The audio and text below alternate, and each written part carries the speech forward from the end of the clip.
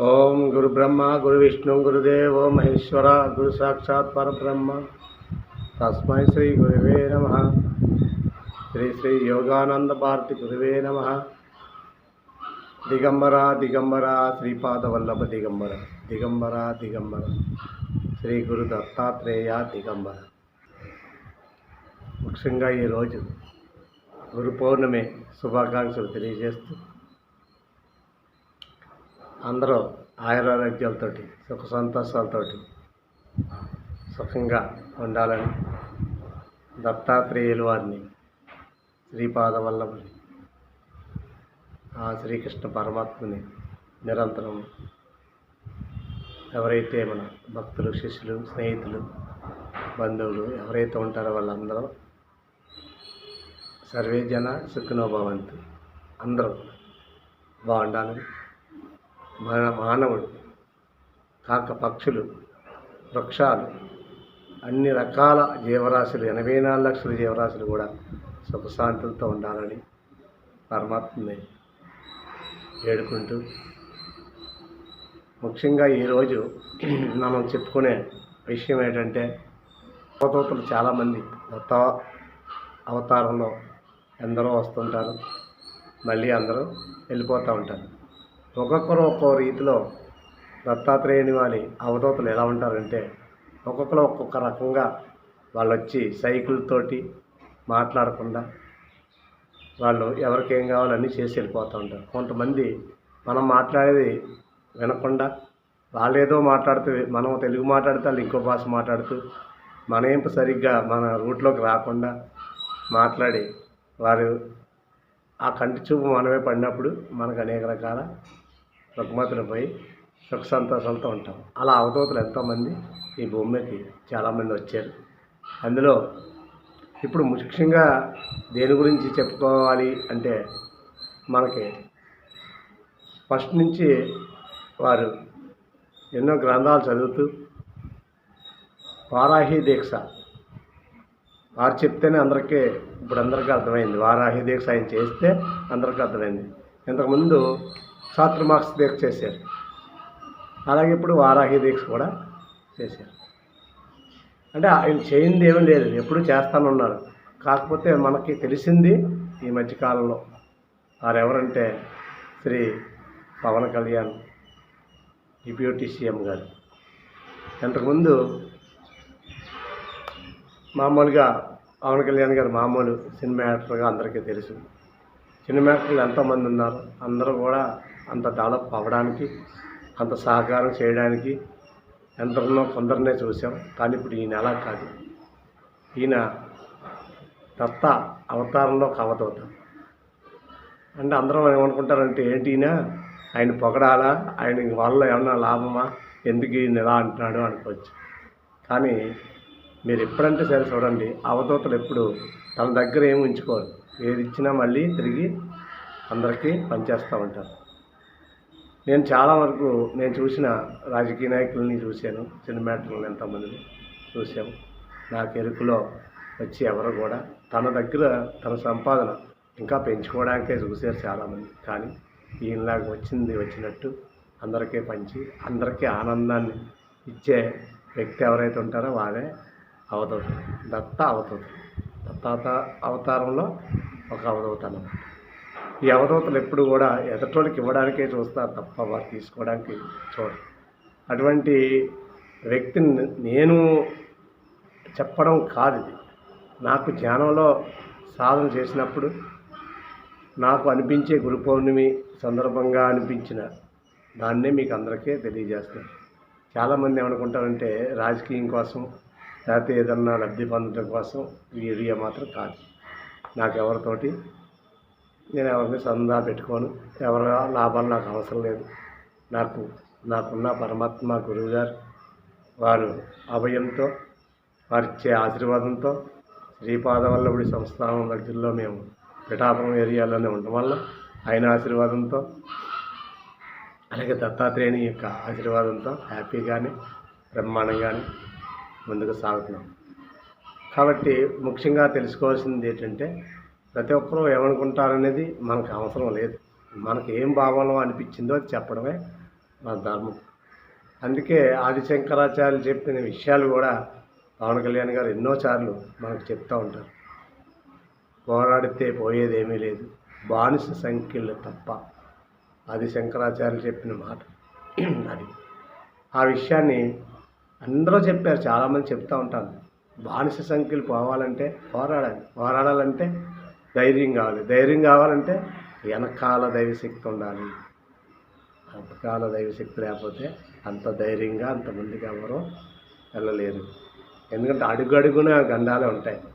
ఈ మార్గంలో నడిచే వాళ్ళకి, సూటిగా వెళ్ళే వాళ్ళకి, మంచిగా వెళ్ళే వాళ్ళకి, సాయం చేసే వాళ్ళకి, దాన ధర్మాలు చేసే వాళ్ళకి, అందరికీ కూడా ఎక్కడో దిక్కున ఎవరొకరు ఆటంకాలు చేస్తూ ఉంటారు. అందుకే వారికి ఎవరు చెప్పారో, గురువులు ఎవరో, మహానుభావులు ఎవరో చెప్పుకుంటారు, లేకపోతే వారు చదివిన గ్రంథాల వల్ల కానీ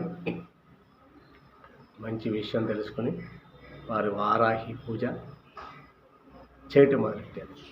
మరి వారాహి పూజ అంటే ఏంటో అందరికీ చాలా వరకు తెలియదు. గుప్త నవరాత్రుల్లోనే చేస్తారు. వారాహి అమ్మవారు ఏంటంటే రక్షణ కవచం లాంటిది.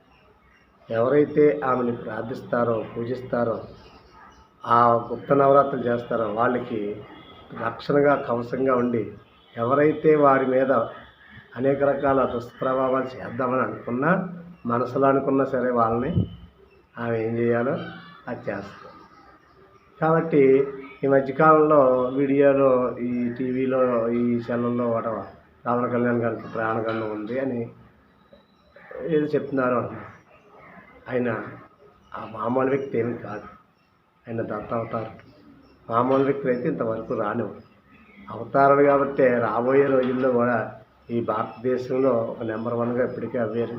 రాబోయే రోజుల్లో కూడా వారు ఈ ఆంధ్రప్రదేశే కాదు, తెలంగాణ కాదు, అన్నీ వారి చేతిలోకి వెళ్తాయి.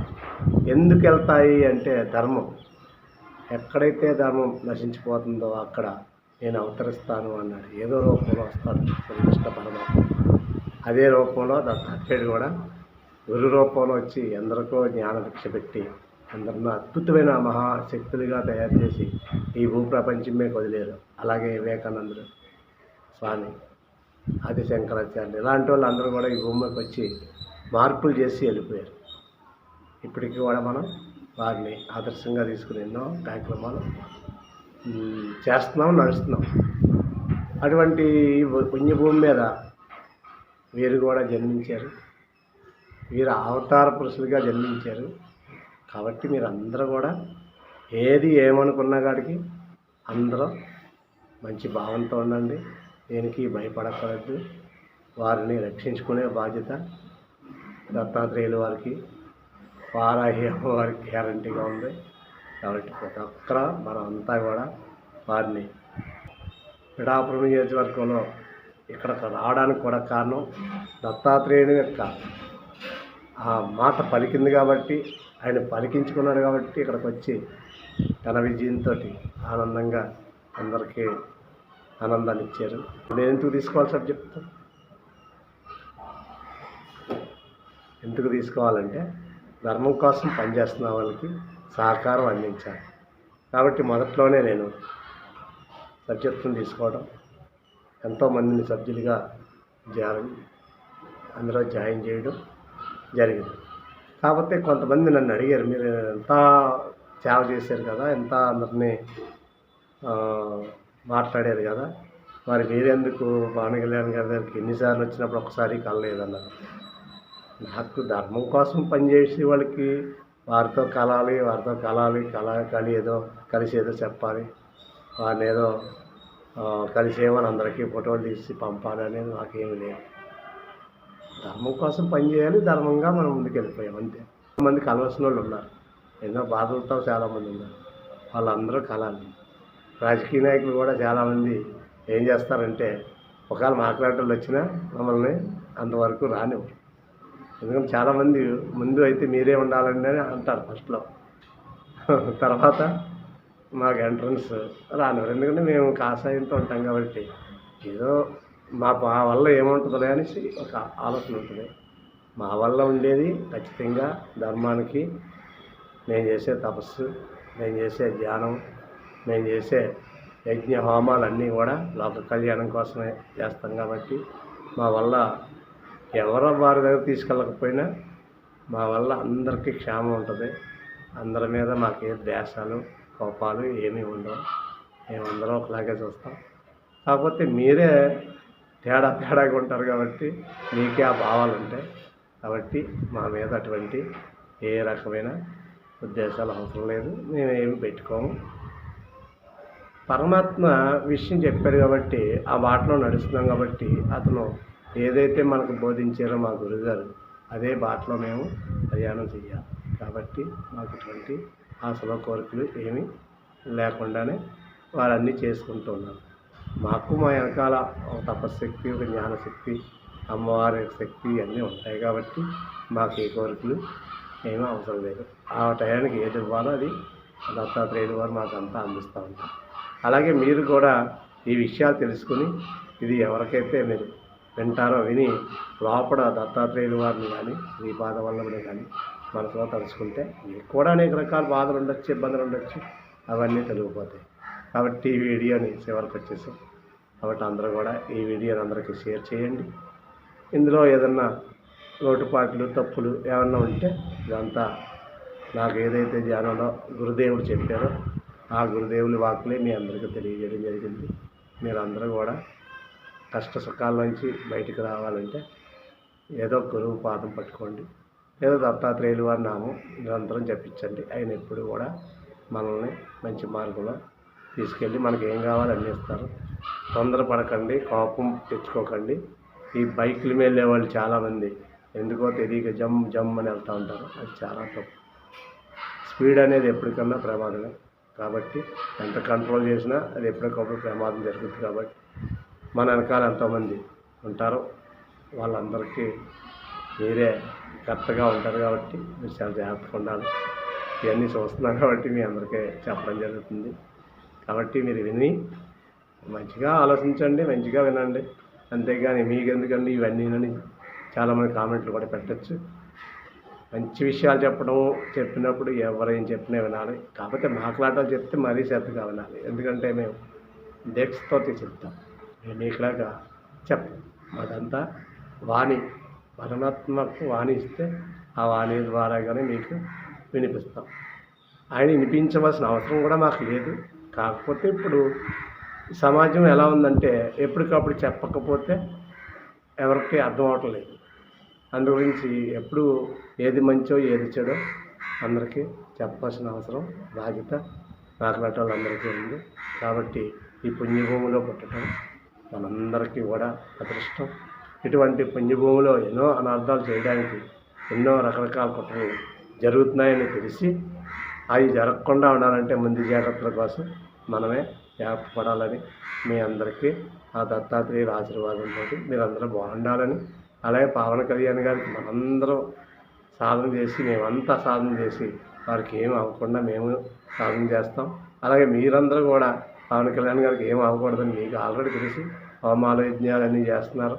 అలాగే వారికి ఏం అవ్వదు, అమ్మవారు కూడా ఉంటారు, ఏమీ భయం లేదు. జై గురుదత్త, జై గురుదత్త. హరి ఓం. సర్వే జన సుఖినో భవంతు, సర్వ సమ్మంగళాన్ని భవంతు. ఓం శాంతి శాంతి శాంతి. హరి ఓం. జై గురుదేవ దత్త, జై గురుదేవ దత్త.